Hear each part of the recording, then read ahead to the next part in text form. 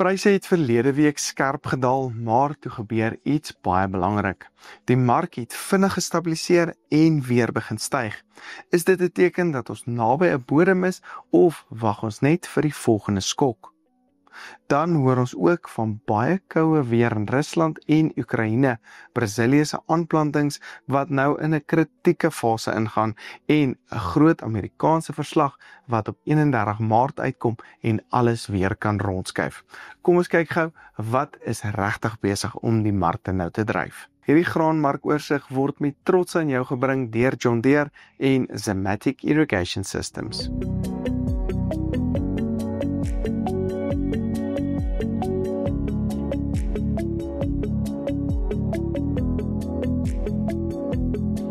Ongeveer 81% van die mense wat hierdie video kyk, volg ons nie op YouTube of Facebook nie.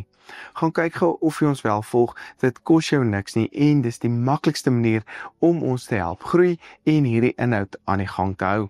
Op 'n werklike manier is jy deel van ons suksesverhaal en wat ons probeer bereik hier by AMT, so baie dankie vir jou ondersteuning. Op die markte het die witmielie spotprys dan gestyg na R3.630 per ton met die Julie kontrak witmielie-prys op R3.625. Die geelmielie spotprys verhandel nou op R3.490 met die Julie kontrakprys op R3.492 per ton. Die sojaboon spotprys verhandel op R6.600 met die Mei kontrakprys op R6.543 per ton. Die sonneblom spotprys daal dan na R11.000 per ton met die Mei kontrakprys op R9.250.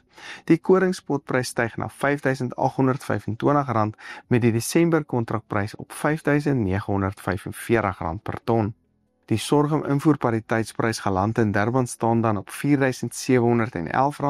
uitgedopte Argentynse grondbone op R22.280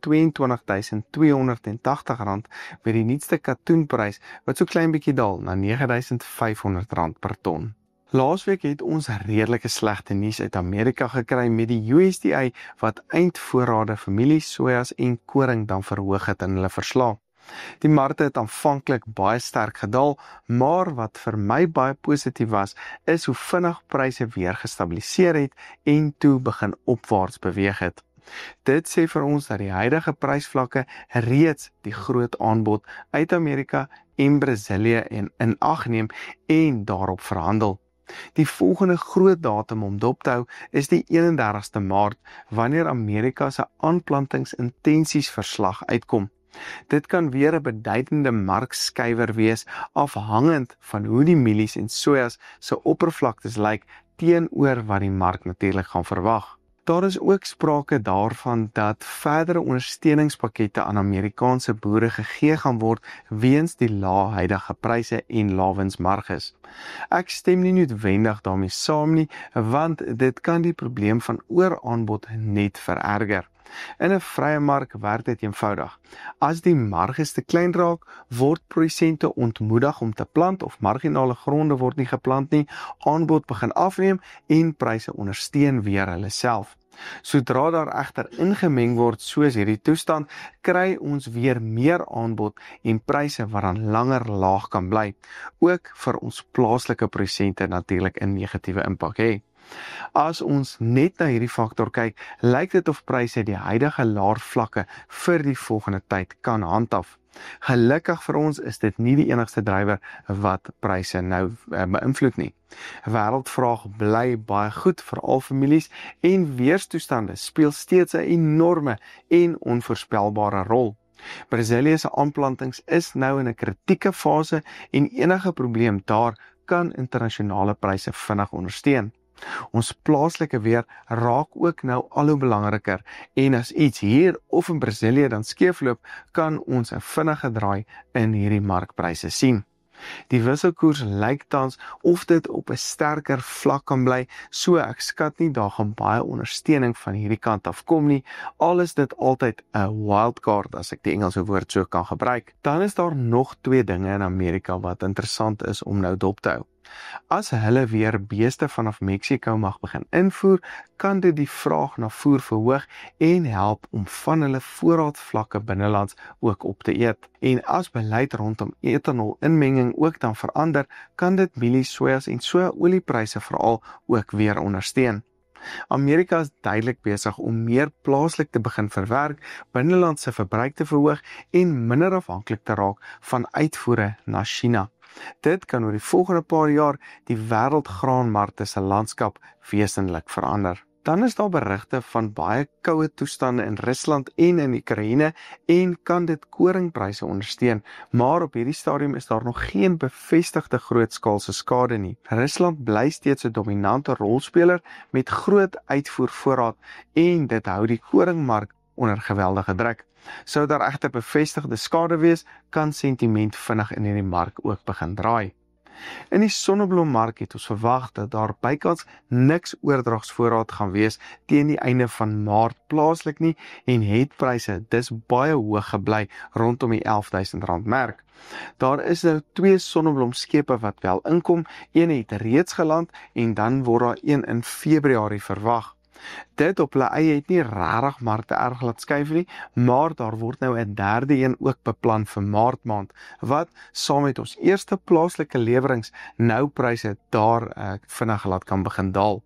So, daar is nog afwaartse potensiaal in die sonneblommark veral vir Mei maand ook en moet boere dalk die huidige hoër prysvlakke gebruik om risiko van nog laer pryse te beperk.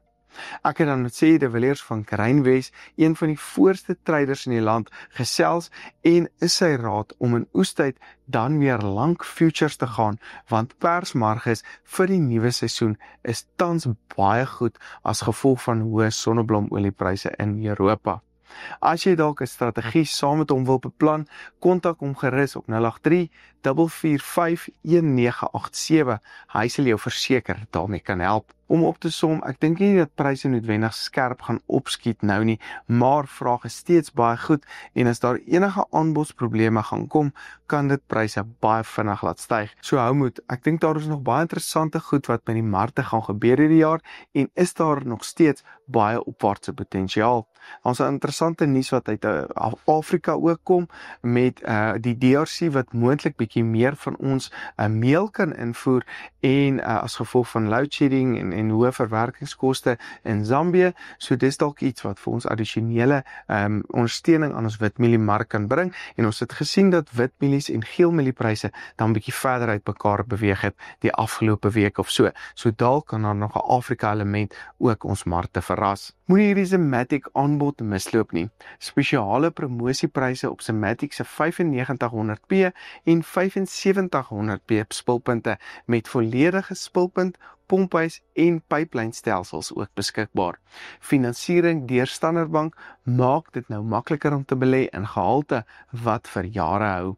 Praat vandag nog met jou naaste Lindsay handelaar of skakel 021 986 8900 vir meer inligting. Bepalings en voorwaardes geld. Hierdie video word moontlik gemaak deur John Deere en Zematic Irrigation Systems. Baie dankie dat jy ingeskakel het en sien volgende week weer.